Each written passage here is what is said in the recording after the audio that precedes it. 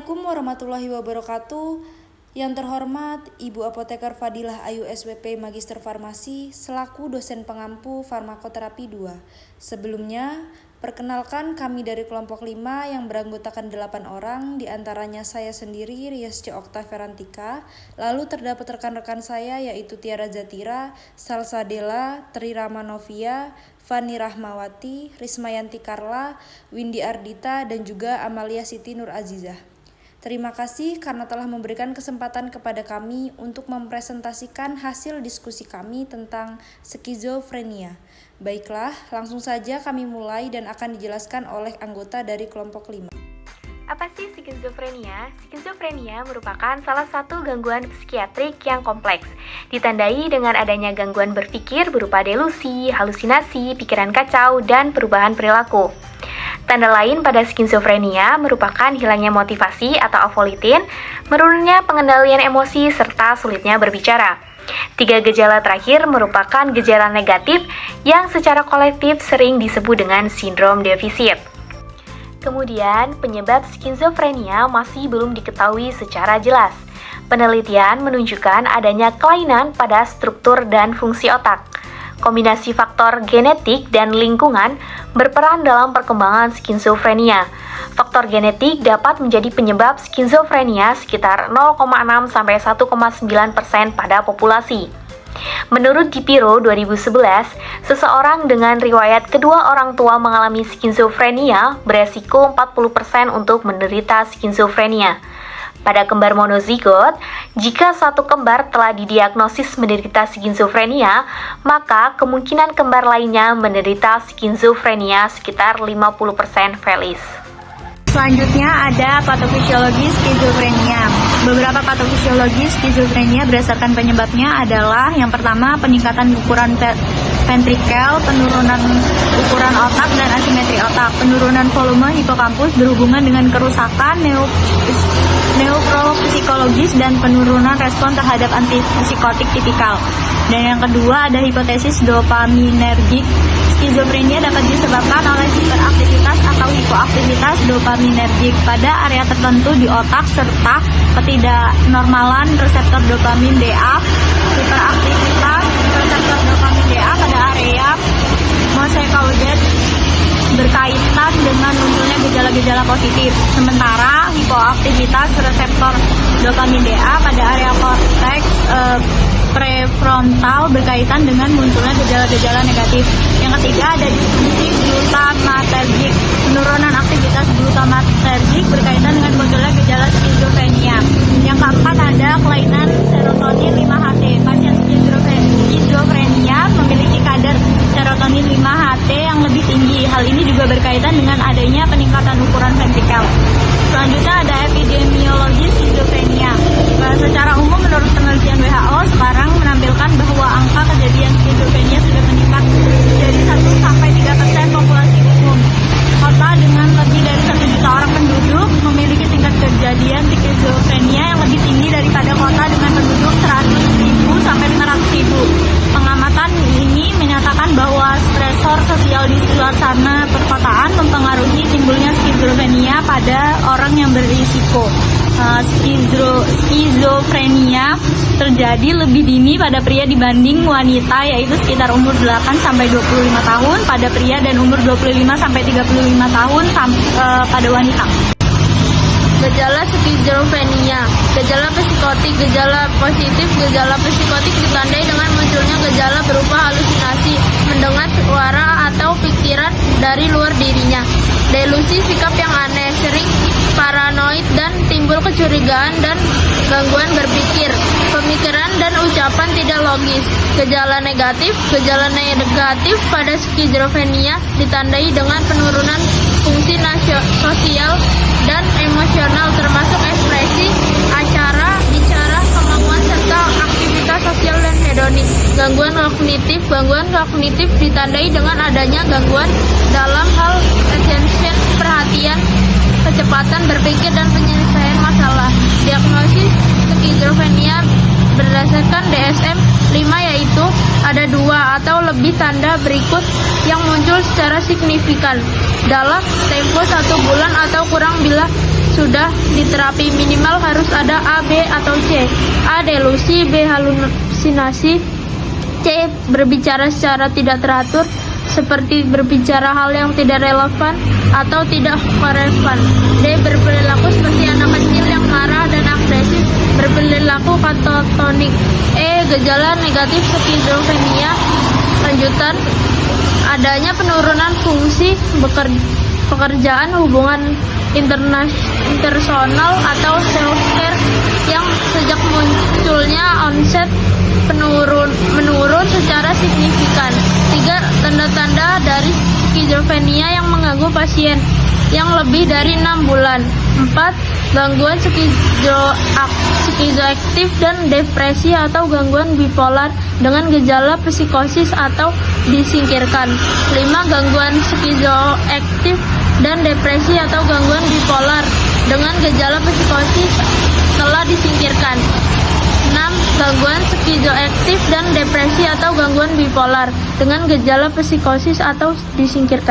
Oke, selanjutnya yaitu ada studi kasus. Tuan SR dibawa ke rumah sakit oleh istrinya beserta keluarga karena sering keluyuran di jalan, membawa senjata tajam dan mengganggu warga sekitar. Kemudian 3 bulan yang lalu pasien MRS dengan keluhan marah-marah, sulit tidur, mengamuk, mengaku sebagai Tuhan dan mendengar bisikan-bisikan yang menyatakan bahwa dirinya adalah Tuhan. Pasien juga merokok 2 bungkus setiap harinya. Dengan kasus kepolisian negatif, riwayat penyalahgunaan narkoba positif, alkohol positif. Pasien sudah 3 bulan tidak kontrol ke rumah sakit dikarenakan merasa sudah sembuh. Oke, selanjutnya yaitu ada data hasil pemeriksaan. Dilakukan 2 pemeriksaan. Yang pertama ada pemeriksaan fisik saat di IGD, yaitu dilakukan pemeriksaan tekanan darah dengan hasil 150/90 mmHg. Kemudian ada pemeriksaan heart rate atau detak jantung dengan hasil 100 kali per menit. Kemudian ada pemeriksaan suhu dengan hasil 37 derajat Celcius. Dan yang terakhir ada pemeriksaan respiration rate atau frekuensi pernapasan dengan hasil 25 kali per menit. Kemudian yang kedua ada pemeriksaan laboratorium. Dilakukan pemeriksaan fungsi hati yaitu SGOT atau SGPT dengan hasil 55 mikroliter. Kemudian ada pemeriksaan leukosit dengan hasil 13.500 mikroliter. Setelah dilakukan pemeriksaan, pasien didiagnosis atau hasil diagnosa pasien yaitu positif tipoid. Kemudian selanjutnya yaitu ada terapi. Terapi obat yang diberikan kepada pasien yaitu ada 6 obat. Yang pertama ada risperidon 3 mg dengan pemberian 101. Kemudian ada trihexyphenidyl 2 mg dengan pemberian 101. Kemudian ada haloperidol 5 mg dengan pemberian 101. Kemudian ada chlorpromazine 100 mg dengan pemberian 001. Kemudian ada asam valproat 250 mg dengan pemberian 100. Dan yang terakhir ada ciprofloxacin 500 mg dengan pemberian 111. Kemudian, setelah pasien mengkonsumsi obat-obatan tersebut, pasien menjadi lemas, kemudian tekanan darahnya menurun menjadi 90/80 mmHg. Mekanisme kerja penggunaan obat sekarang. Yang pertama ada risperidon dengan mekanisme kerja sebagai penghambatan reuptake serotonin dan norepinefril. Yang kedua ada jenis obat trihexyphenidyl dengan mekanisme kerja trihexyphenidyl yang tepat masih belum dipahami secara memadai, tampaknya bekerja pada sistem syaraf parasimpatis dengan menghambat impuls eferen secara langsung. Yang ketiga ada jenis obat haloperidol, mekanisme kerja dengan memblokir reseptor dopamin D2 di otak. Obat ini mencapai efektivitas maksimal ketika 72% reseptor dopamin diblokir. Haloperidol juga melakukan tindakan pemblokiran pada reseptor noradrenergik, kolinergik, dan histaminergik. Yang ketiga ada jenis obat chlorpromazine dengan mekanisme kerjanya yang tidak diketahui, namun diyakini menghasilkan efek antipsikotik melalui blokade pasca-sinaptik pada reseptor D2 di jalur nigrostriatal, bertanggung jawab atas efek samping ekstrapiramidalnya. Yang keempat ada jenis obat asam valproat Mekanisme kerjanya yaitu pengobatan dengan beragam mekanisme aksi yang belum sepenuhnya dipahami. Beberapa mekanisme aksi yang disarankan untuk FPA termasuk penghambatan saluran natrium berpintu tegangan, penghambatan transminase asam gamma aminobutirat atau GABA, peningkatan sintesis GABA, penghambat HDAC, dan modulasi saluran.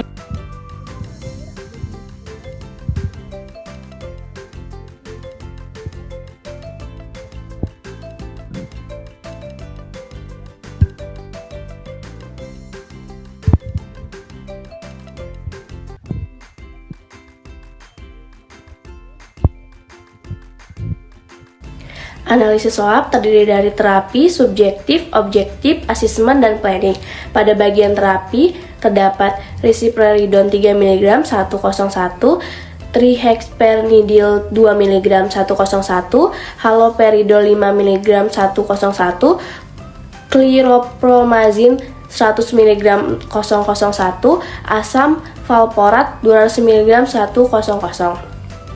Pada bagian subjektif, keluyuran di jalan, membawa senjata tajam, dan mengganggu warga sekitar. Pada bagian objektif, terdapat halusinasi. Pada bagian asesmen interaksi obat. Pada bagian planning, yang pertama terdapat penggunaan tiap obat jangan bersamaan tetapi diberi jarak. Yang kedua terdapat terapi non-farmakologi diterapkan. Dan yang ketiga terapi perilaku kognitif atau CBT, remediasi kognitif, psikoedukasi, keterampilan sosial, dan coping, intervensi keluarga, dan pengobatan komunitas asertif ACT atau manajemen kasus. Kemudian terdapat algoritma pengobatan pada penyakit skizofrenia yang terbagi menjadi 5 step atau 5 tahap, di mana tahap pertama atau step pertama itu dilakukan monoterapi SGA atau antipsikotik atipikal sebagai lini pertama dengan menggunakan risperidone, aripiprazol, dan yang lainnya, atau dapat juga menggunakan LAI sebagai antipsikotik suntik jangka panjang. Jika tidak ada respon terhadap SGA yang dipilih pada tahap pertama ini, maka dilanjutkan kepada tahap kedua. Tahap kedua atau step 2 dilakukan penggunaan obat SGA antipsikotik atipikal atau FGA antipsikotik tipikal selain yang digunakan pada tahap pertama atau yang tidak digunakan pada tahap pertama. Namun, tetap disarankan untuk meresepkan LAI. Jika tidak ada respon terhadap SGA atau FGA yang disarankan pada tahap kedua ini, maka dilanjutkan ke tahap ketiga. Tahap ketiga atau step 3 dilakukan monoterapi clozapine sebagai pengobatan pilihan pada tahap ini, atau tetap dengan menggunakan LAI. Namun jika tidak ada respon yang memadai pada terapi di tahap 3 ini, dapat dilanjutkan ke tahap selanjutnya. Pada tahap 4 atau step 4 dilakukan terapi kombinasi dengan clozapine dan ditambah agen lainnya seperti FGA, SGA, penstabil suasana hati, antidepresan, atau pengobatan non-farmakologi seperti ECT, atau dapat menggunakan LAI, namun dapat dilanjutkan ke tahap berikutnya. Pada tahap 5, tidak ada pengobatan pilihan bagi pasien yang resisten terhadap pengobatan yang menolak penggunaan clozapine atau yang tidak merespon terhadap clozapine. Oleh karena itu, pada tahap ini dilakukan berbagai terapi kombinasi, yaitu termasuk SGA yang dikombinasikan dengan FGA, lalu kombinasi SGA, FGA atau SGA dengan ECT, dapat pula FGA atau SGA yang dikombinasikan dengan agen lain, misalnya penstabil suasana hati atau antidepresan. Namun pada tahap apapun disarankan untuk meresepkan antipsikotik suntik jangka panjang atau LAI sesuai kebijaksanaan dokter, di mana LAI sendiri digunakan dalam kasus kepatuhan obat yang buruk. Kesimpulan dari studi kasus skizofrenia tersebut yaitu saat pemeriksaan awal pasien sudah mendapatkan terapi. Setelah mengkonsumsi obat-obatan tersebut, pasien menjadi lemas, tekanan darah menurun menjadi 90/80 mmHg, sehingga diresepkan obat dengan penambahan parastamol dan penggunaan tiap obat jangan bersamaan, tetapi diberi jarak. Rekomendasi untuk kasus tersebut yaitu obat yang diberikan tetap dan dengan penambahan parastamol. Pemakaian parastamol yang menghambat produksi prostaglandin di otak akan menormalkan kembali setelan suhu tubuh tersebut. Prostaglandin juga berperan dalam pereda nyeri sehingga pemakaian parastamol dapat membantu meredakan nyeri. Pemberian jarak konsumsi obat antipsikotik untuk menurunkan resiko hipotensi atau penurunan tekanan darah. Kemudian saya akan mencontohkan KIE kepada pasien atau komunikasi informasi obat. Apoteker, selamat siang, apa benar dengan keluarga Tuan SR? Keluarga Tuan SR menjawab, iya benar. Apoteker, baik, sebelumnya apakah saya boleh meminta waktunya sebentar untuk melakukan konseling? Keluarga Tuan SR menjawab, iya Bu, silakan. Apoteker, baik, apakah ada keluhan selain yang sudah disebutkan? Keluarga Tuan SR menjawab, tidak Bu. Apoteker, obat yang diberikan akan sama dengan yang telah dikonsumsi terlebih dahulu. Akan tetapi ada penambahan parastamol dan pemberian jarak konsumsi obat antipsikotik untuk menurunkan resiko hipotensi atau penurunan tekanan darah. Keluarga Tuan SR menjawab, oh iya Bu. Apoteker, apakah ada yang ingin ditanyakan? Keluarga Tuan SR menjawab, tidak Bu, sudah cukup jelas. Apoteker, baik, kalau begitu boleh diulang informasi yang sudah saya berikan.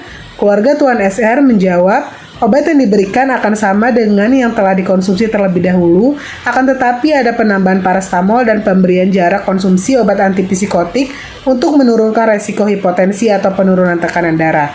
Apoteker, iya benar, semoga lekas membaik ya. Keluarga Tuan SR menjawab, iya Bu, terima kasih. Apoteker, sama-sama.